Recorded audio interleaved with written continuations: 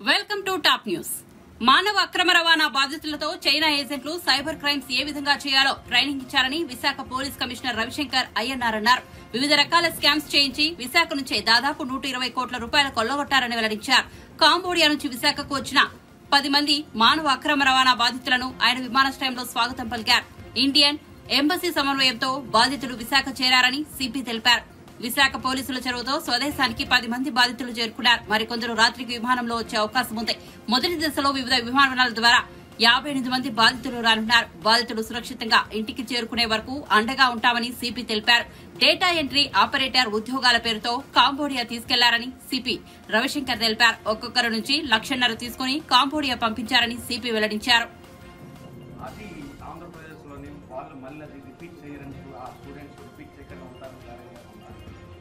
వాళ్ళు నేర్చుకున్నారు.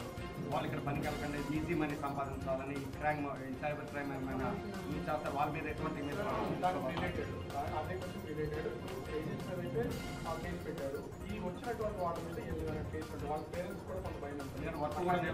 Yes, one thing I want to make it very clear, they are all victims and they are all victims. బాధితులు అంటారు కదా, బాధితులు, they are all victims and so we will treat them as victims only. వాళ్ళ దగ్గర నుంచి evidence అన్ని సహకరించి ఈ కేసుని యాక్చువల్ పర్పిట్రేటర్స్ ఎవరైతే ఉన్నారో, యాక్చువల్ కల్ప్రిట్స్, యాక్చువల్ అక్యూజ్డ్ ఎవరైతే ఉన్నారో వాళ్ళ మీదే కేసులు చర్యలు అన్నీ కూడా తీసుకోవడం జరుగుతుంది. They are all victims of trafficking అండి. They have been illegally trafficked under the pretext of data entry operators. అక్కడ తీసుకువెళ్ళేసి ఈ విధంగా చేయాలని చెప్పేసి ఆ ఉద్దేశంతో వీళ్ళు ఎవరు వెళ్ళలేదు. అదే వీళ్ళు అందరూ చెప్పడం జరిగింది ఇప్పుడు. So let us be very clear, they will not be treated as accused. No. అది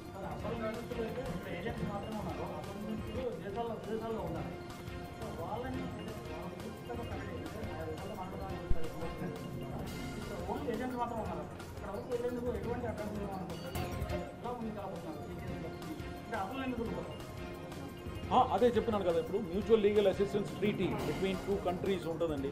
అది కాకుండా లెటర్ రొగేటరీ అని ఉంది, కోర్టు ద్వారా పంపించడం. అది కాకుండా ఫైనాన్షియల్ ఇంటెలిజెన్స్, ఎందుకంటే బ్యాంక్లోనే ఇదంతా జరిగాయి డబ్బులన్నీ కూడా. చివరికి ఆ డబ్బు కూడా whether it is being use for legitimate purposes or illegal పర్పసెస్కి ఇంత 120 crores in 1.5 years from Vizag alone. ఈ విధంగా మిగతా స్టేట్స్ నుంచి కూడా ఎంత పోయిందో ఏం పోయిందో.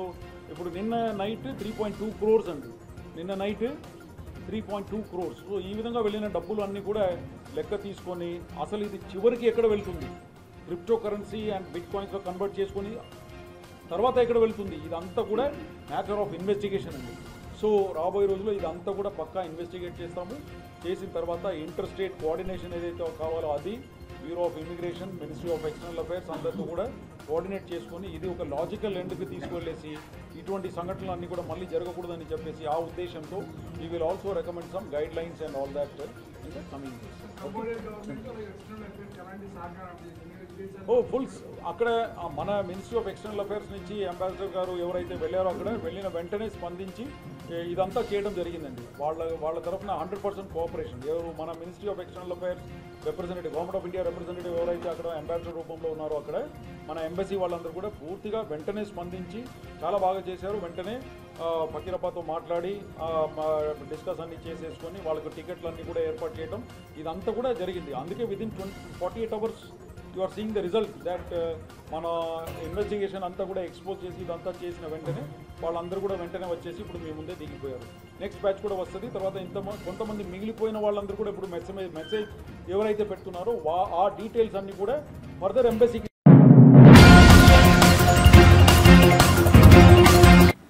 ఏపీ అసెంబ్లీ ఎన్నికల్లో వైఎస్ఆర్సీపీ గెలవడం ఖాయమని ఆ పార్టీ సీనియర్ నేత మంత్రి బొత్స సత్యనారాయణ మరోసారి విశ్వాసం వ్యక్తం చేశారు. 175 స్థానాల్లో గెలవబోతున్నామని జూన్ 9న విశాఖపట్నంలో రెండోసారి సీఎంగా జగన్మోహన్ రెడ్డి ప్రమాణ స్వీకారం చేయబోతున్నారని ఆయన ధీమాగా చెప్పారు. వైఎస్ఆర్ కాంగ్రెస్ పార్టీ గత ఎన్నికల్లో ఇచ్చిన హామీల కంటే ఎక్కువ పథకాలను అమలు చేసిందని ఆయన అన్నారు. మరోసారి విజయనగరం జిల్లాలో 9కి 9 సీట్లు గెలవబోతున్నామని జోషం చెప్పారు. ఈ మేరకు విజయనగరంలో శుక్రవారం ఆయన మీడియాతో మాట్లాడారు. 5 సంవత్సరాలు ఏదైతే ప్రభుత్వం మమైకమై ప్రజా అవసరాలు ఏమున్నాయో వాటికి అనుగుణంగా వారి జీవన ప్రమాణాలు పెరిగే విధంగా చేసిన ప్రతి కార్యక్రమం, ప్రతి తీసుకున్న ప్రతి నిర్ణయం వాళ్ళ తాలూకా ఆర్థిక పరిస్థితి మెరుగుపడమే కాకుండా సమాజంలో సంఘంలో ఒక గౌరవాన్ని కూడా ప్రతి సామాన్య పౌరుడికి వచ్చింది. ముఖ్యంగా మహిళలకి పెద్ద ఎత్తున అభిమానాన్ని గత ప్రభుత్వంలో చంపుకునే పరిస్థితులు ఉండేవి. ఇప్పుడు వాళ్ళకి ఆ పరిస్థితులు లేకుండా ఆత్మాభిమానం పెంపొందించుకుంటూ వారి పిల్లల్ని చక్కగా చదివించుకునే పరిస్థితులతో పాటు వారి విధానంలో కూడా మార్పులు వచ్చాయి. ఇది మాటల్లో కాదు, ఏ సూచిక తీసుకున్నా అన్ని సూచికలు కూడా ఇంతకుముందు దేశంలో 17-18 స్థానాలు ఉన్న జీడిపి కానీ పర్ క్యాపిటల్ ఇన్కమ్ కానీ లేదు పావర్టీలో ఉన్న రిలేషన్ కానీ అన్నీ కూడా ఇప్పుడు 3-4-5 స్థానాల్లోకి రాష్ట్రం రావడం అనేది గొప్ప పరిణామం. అయితే ఏ రాష్ట్రం కూడా మన రాష్ట్రంతో సాటి రాను పోటీ పడుతున్న విధంగా ప్రాథమిక దశ నుంచి 1వ తరగతి నుంచి 12వ తరగతి వరకు ఎన్నో మార్పులు తీసుకొచ్చాం. 3వ తరగతి నుంచి సబ్జెక్ట్ టీచర్ని పెట్టడమే కాకుండా ప్రొఫైల్ని బేసిక్ని 3వ తరగతిలోనే స్పోకెన్ ఇంగ్లీషు, లెర్నింగ్ ఇంగ్లీషు మరి ఆ స్కూల్లో ఏర్పాటు చేయడం, పోటీ పరీక్ష పెట్టడం, దాంతోపాటు 7-10 తరగతుల్లో ప్రైమరీ టెస్ట్ కూడా ఏర్పాటు చేయడం, దాంతోపాటు విద్యాకాలం కానీ విద్యాదీవెన కానీ లేదు జగనన్న గవర్నమెంట్ కానీ ఈ కార్యక్రమాలు సామాన్య ప్రధానికి అందించి చదువుకునే వెసులుబాటుని కల్పించడం, 1000 స్కూల్లో సిబిఎస్ సిలబస్ని ఒకేసారి రాష్ట్రం హై స్కూల్లో వాటితో అనుసంధానం చేసి మరి ఏర్పాటు చేయడం, దేశమంతా కూడా ప్రపంచమంతా కూడా కంప్యూటరైజేషన్ విధంగా దూసుకుపోతున్న ఈ తరుణంలో ప్రతి క్లాస్ రూమ్లో కూడా స్మార్ట్ టీవీస్, ఇంటరాక్టివ్ ప్యానల్స్ పెట్టి వారికి విద్యాబోధన చేయడం, 8th క్లాస్ నుంచే పిల్లలకి ఐప్యాడ్స్ ఇచ్చి అందులో బైజూస్ కంటెంట్ని సిలబస్ నుంచి లోడింగ్ చేసి వాళ్ళు నేర్చుకుని ఏర్పాటు చేయడం,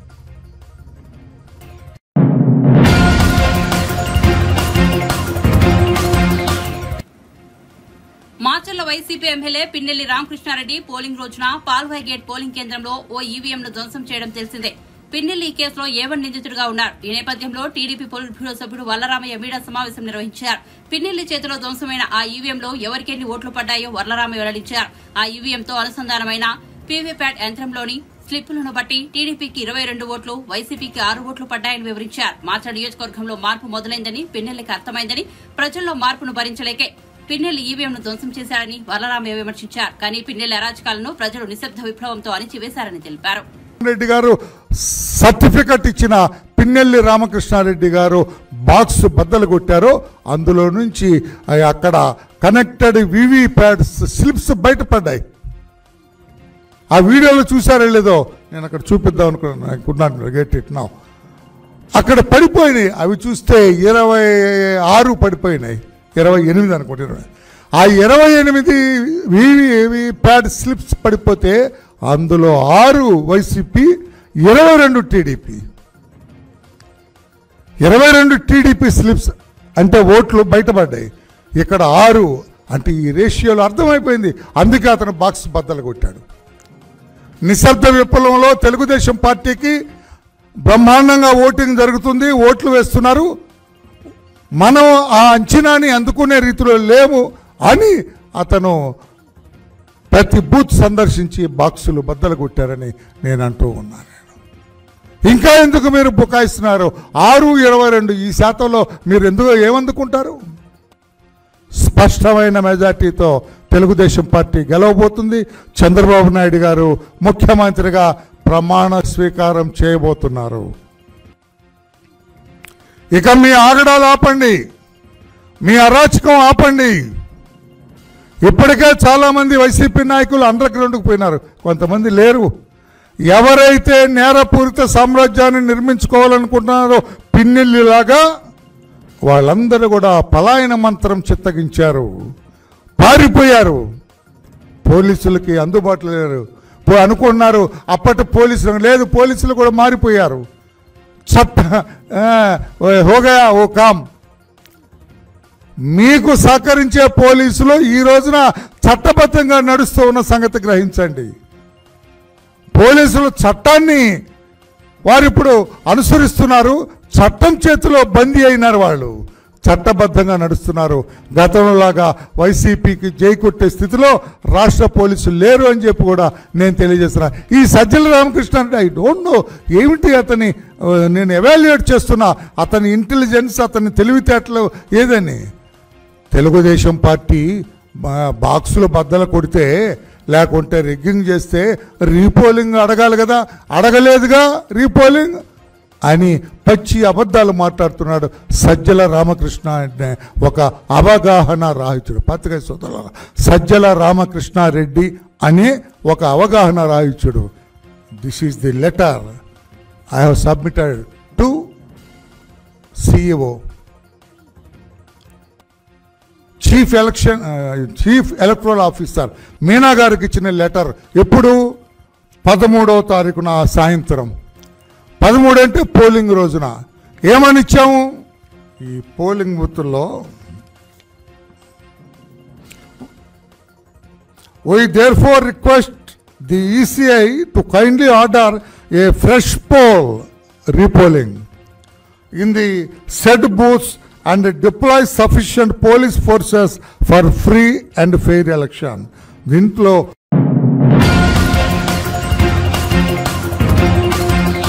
ప్రధాని నరేంద్ర మోదీ ముస్లిం రిజర్వేషన్ల గురించి మాట్లాడితే తాను పరువు నష్టం దావా వేస్తానని తెలంగాణ ప్రభుత్వ సలహాదారు షబ్బీల్ అలీ హెచ్చరించారు. శుక్రవారం ఆయన మీడియాతో మాట్లాడుతూ ముస్లిం రిజర్వేషన్ల అంశం ప్రస్తుతం సుప్రీంకోర్టు పరిధిలో ఉందన్నారు. ఇలాంటి పరిస్థితుల్లో ముస్లిం రిజర్వేషన్లపై మోదీ, అమిత్ షా వ్యాఖ్యలు సరికాదన్నారు. ముస్లిం రిజర్వేషన్లు రద్దు చేస్తామని వారు ఎలా చెబుతారని ప్రశ్నించారు. ముస్లింలలో అందరికీ రిజర్వేషన్లు లేవని, వెనుకబడిన వర్గాలకు మాత్రమే ఇచ్చారన్నారు. హిందూ, ముస్లిం అంటూ ప్రజల మధ్య మోదీ చిచ్చు పెడుతున్నారన్నారు. కోర్టులో ఉన్న అంశంపై ప్రధాని మోదీ మాట్లాడడం సరికాదన్నారు. ఆయన మైనార్టీ రిజర్వేషన్లు మత ప్రాతిపదికన ఇవ్వలేదన్నారు. పేదరికం ఆధారంగా ఇచ్చారని తెలిపారు. ఈ రిజర్వేషన్లు ఇచ్చి కూడా 2 దశాబ్దాలు దాటిందన్నారు. ముస్లిం రిజర్వేషన్లపై కోర్టుల ఆదేశాలు, జీవోలను ప్రధాని మోదీ పంపిస్తున్నామన్నారు. మాట్లాడుతున్నారు, ఇది కరెక్ట్ కాదు. మ్యాటర్ ఇస్ సబ్జుడిస్ ఉంది. సుప్రీం కోర్ట్ కాన్స్టిట్యూషన్ బెంచ్ లో పెండింగ్ ఉంది. అయినా వరుసగా మోదీ గారు చెప్తూనే ఉన్నారు. అయితే నేను ఆలోచించి మోదీ గారికి లెటర్ రాస్తూ ఈ లెటర్లో అన్ని ఇస్తున్నాను.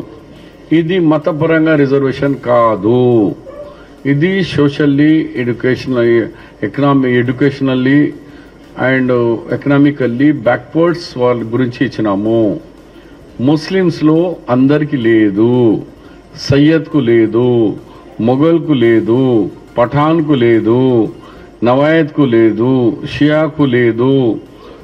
అలాంటి 14 కమ్యూనిటీస్కే ఇచ్చినాం. మా దగ్గర 100 ఉన్నారు కమ్యూనిటీస్. అందులో ఓన్లీ 14లో అది ధోబీ అంటే వాషర్మెన్, ధోబీ, హజ్జాం, ఖసాబ్, హెయిర్ కటింగ్, అలాంటి బీద వాళ్ళు ఉన్న వాళ్ళకే ఈ రిజర్వేషన్ ఉంది. అది ఆటోమేటిక్ హిందూ సోదరులకు కూడా ఉంది.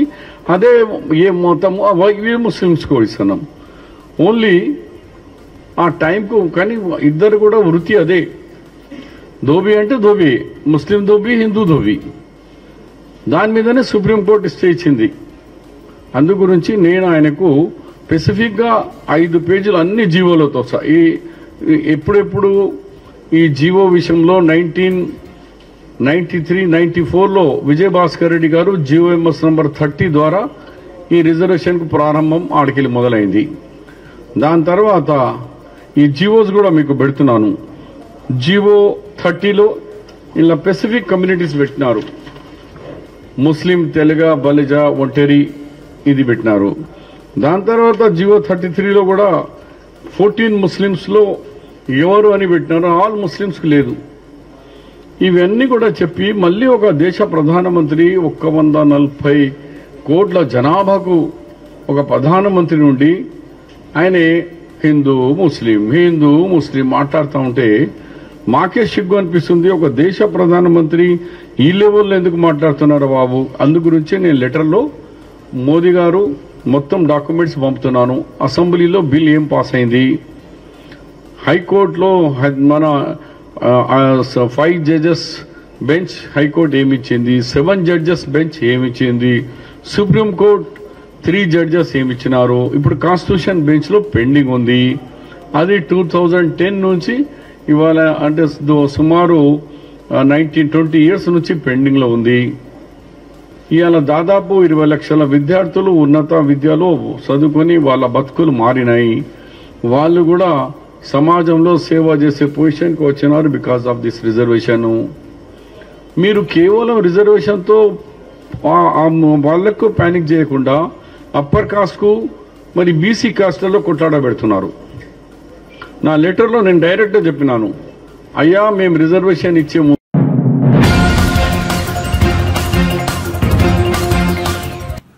కాకినాడ జిల్లాలో కుండపోత వాన కురిసింది. గంటన్నర పాటు ఏకదాటిగా కురిసిన వర్షంతో నగరవాసులు తీవ్ర ఇబ్బందులు పడ్డారు. జిల్లాలోని ప్రధాన రహదారులు పూర్తిగా జలమయమయ్యాయి. కలెక్టరేట్ ప్రాంగణాన్ని వర్షం నీరు ముంచెత్తింది. ఆర్టీసీ బస్టాండ్ ప్రాంగణం నీట మునిగింది. సాంబమూర్తి నగర్, దుమ్మలపేట డైరీ ఫామ్ సెంటర్లో డ్రైనేజీలు పొంగిపొర్లాయి. భారీ వర్షంతో చిరు వ్యాపారులు, వాహనదారులు తీవ్ర ఇబ్బందులు పడ్డారు. రోడ్డు పక్కన అమ్ముకునే పండ్లు, ఇతర వస్తువులు వర్షంలో తడిసిముద్దాయి. భాస్కర్ నగర్, గోదారిగుంట, సురేష్ నగర్, పోస్టల్ కాలనీ, వెంకట్ నగర్ తదితర కాలనీను వాన నీరు చుట్టుముట్టింది.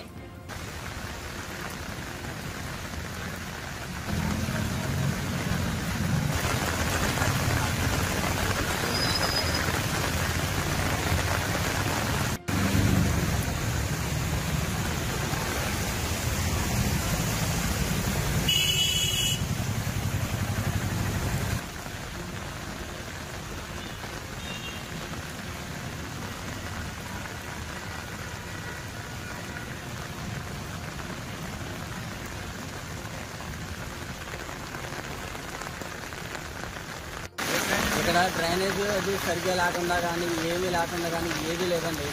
ప్రతి ఈ ఒక్క సంవత్సరం కాదండి, గత 4 సంవత్సరాలు బట్టి ఇదే పరిస్థితి మాది.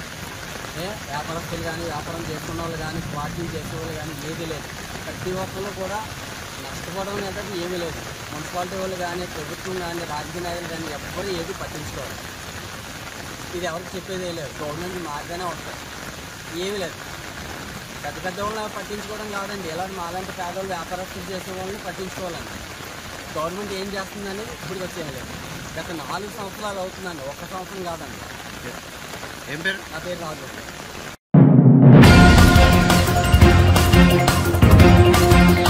ముఖ్యమంత్రి రేవంత్ రెడ్డిపై బీఆర్ఎస్ వర్కింగ్ ప్రెసిడెంట్ కేటీఆర్ తీవ్రస్థాయిలో మండిపడ్డారు. రేవంత్ రెడ్డి రైతు నాయకుడు కాదని, రియల్ ఎస్టేట్ వ్యాపారిని ఆరోపించారు. రుణమాఫీ విషయంలో రైతులను, నిరుద్యోగులను మోసం చేశారన్నారు. 420 హామీలు నెరవేర్చని కాంగ్రెస్ నేతలకు ఎమ్మెల్సీ ఎన్నికల్లో బుద్ది చెప్పాలని పిలుపునిచ్చారు. పేద ఆడబిడ్డలకు తులం బంగారం కాదు కదా, తులం ఇనుము కూడా ఇవ్వలేదని ఎద్దేవా చేశారు. వరంగల్, ఖమ్మం, నల్గొండ గ్రాడ్యుయేట్స్ ఎమ్మెల్సీ ఉప ఎన్నికల నేపథ్యంలో ఆయన శుక్రవారం ప్రచారం నిర్వహించారు.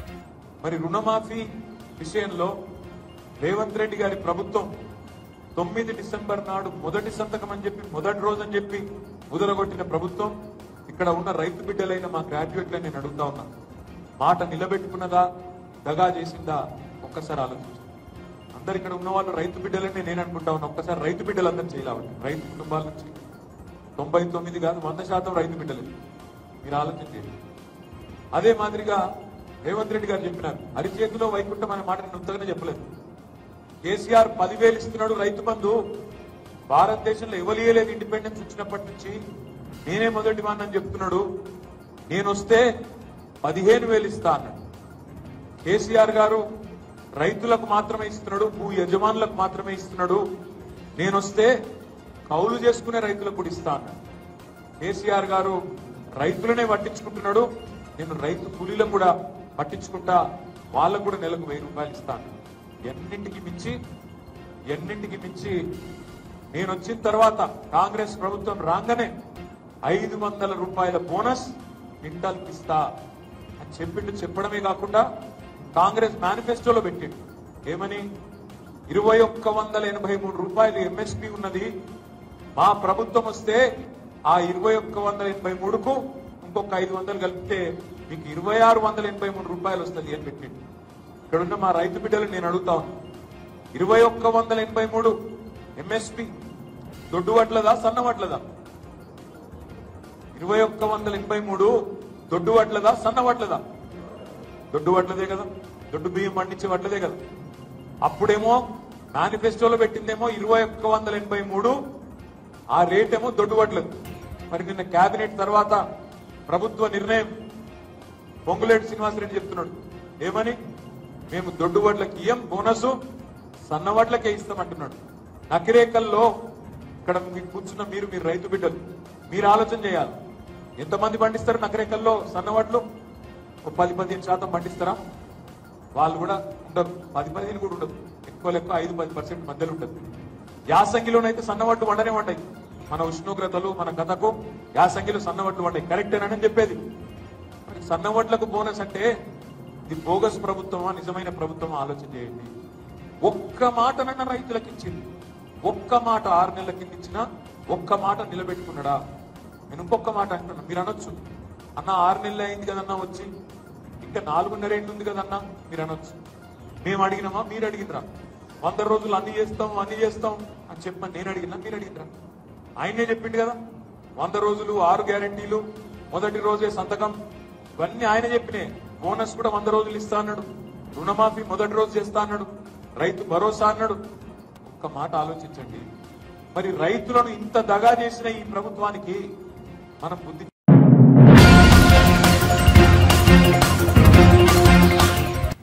ఐదేళ్ల జగన్ పాలనలో పోలీసులు తమ విధులను మర్చి వైఎస్ఆర్సీపీ సేవకులుగా మారారని సిపిఐ రాష్ట్ర ప్రధాన కార్యదర్శి రామకృష్ణ విమర్శించారు. తిరుపతిలో ఆయన మీడియాతో మాట్లాడారు. పోలీసుల వైఫల్యం వల్లే పోలింగ్ రోజున అనంతరం హింసాత్మక సంఘటనలు చోటు చేసుకున్నాయని ఆగ్రహం వ్యక్తం చేశారు. రాష్ట్ర డీజీపీ రాజేంద్రనాథ్ రెడ్డి గారు అందరిని కూడా ఎన్నికల కమిషన్ ట్రాన్స్ఫర్ చేసింది. పోలే ట్రాన్స్ఫర్ చేసిన తర్వాతనే మీరు బుద్ధిగా వ్యవహరించారా? దీనికి ఎక్కువ చెప్పాల్సిన పనిలా తిరుపతి ఘటన ఒక్కటి చాలు. రాయలసీమ జిల్లాల్లో మిగతా జిల్లాల్లో గొడవలు అయ్యేటప్పుడు కూడా, అక్కడ హత్యలు జరిగేటప్పుడు కూడా ప్రశాంతంగా ఉన్న జిల్లా చిత్తూరు జిల్లా. చిత్తూరు అంటే ఉమ్మడి చిత్తూరు జిల్లా. ఇవాళ మన తిరుపతిలో జరిగిందేంటి? ఒక క్యాండిడేట్ పైన హత్యా ప్రయత్నం చేశారు, చంద్రగిరి క్యాండిడేట్ పైన. అది కూడా ఎక్కడ? ఏడో చీకట్లో, ఏడో ఊరు బయట కాదు. ఏదైతే స్ట్రాంగ్ రూమ్ అని అంటామో ఆ స్ట్రాంగ్ రూమ్ దగ్గరలోనే అతని పైన హత్యా ప్రయత్నం చేశారంటే ఈ పోలీస్ అధికారులందరూ కూడా సిగ్గుతో తలదించుకోవాలి. అది ఎంతమంది ఎస్ఐ, 2 సిఐలు, డిఎస్పీ అందరూ సస్పెండా? SP suspend. అక్కడ విలేకరుల పైన దాడులు చేశారు, ఫోటోగ్రాఫర్ల పైన దాడులు చేశారు. మీరు పోలీసులా లేకపోతే ఏమన్నా? కాబట్టి మొత్తం రాష్ట్రంలో పోలీస్ వ్యవస్థ నిర్వీర్యం చేసి పిన్నెల్లి రామకృష్ణారెడ్డి పైన కేసు పెడితే అతన్ని 10 రోజులు మీరు పట్టుకోలేకపోతుంది. పోయి ఆయన కోర్టు పోయి మళ్ళీ తెచ్చుకున్నాడు 6వ తేదీ వరకు. అంటే ఏం చేస్తున్నట్లు పోలీస్ డిపార్ట్మెంట్?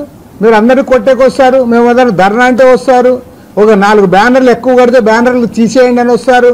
మీరు అసలు ఇంత దౌర్జన్యం జరుగుతూ ఉంటే మొత్తం పోలీస్ వ్యవస్థనంతా నిర్వీర్యం చేసిన ఫలితమే ఇది. అపఖ్యాతి అంతా కూడా జగన్మోహన్ రెడ్డి మోసుకోవాలి. నీవు అధికారంలోకి వచ్చినప్పటి నుంచి రాష్ట్రంలో పోలీసు రాజ్యాన్ని నడిపావు.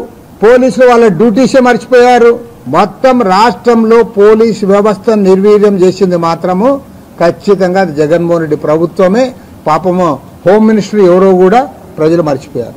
ఆమె ఎప్పుడు దాని గురించి మాట్లాడలేదు. ఆమె పోలీస్ గురించి ఆమెకు కనీసం ఒక కానిస్టేబుల్ ట్రాన్స్ఫర్ చేసే అధికారం కూడా ఆమెకు లేకపోవచ్చు. మొత్తం జగన్మోహన్ రెడ్డి ప్రభుత్వ యంత్రాంగాన్ని, మంత్రివర్గాన్ని, ఉప ముఖ్యమంత్రులు అందరూ కూడా డమ్మీలు చేసి ఏకఛత్రాధిపత్యంగా ఒక నియంతృత్వ పోకడలతో ఒక కాకస్ ముఠాగా కొంతమందిని పక్కన పెట్టుకొని రాజ్యమేలిన ఫలితమే ఇవాళ రాష్ట్రంలో ఈ పోలీస్ వ్యవస్థ నిర్వీర్యమైంది.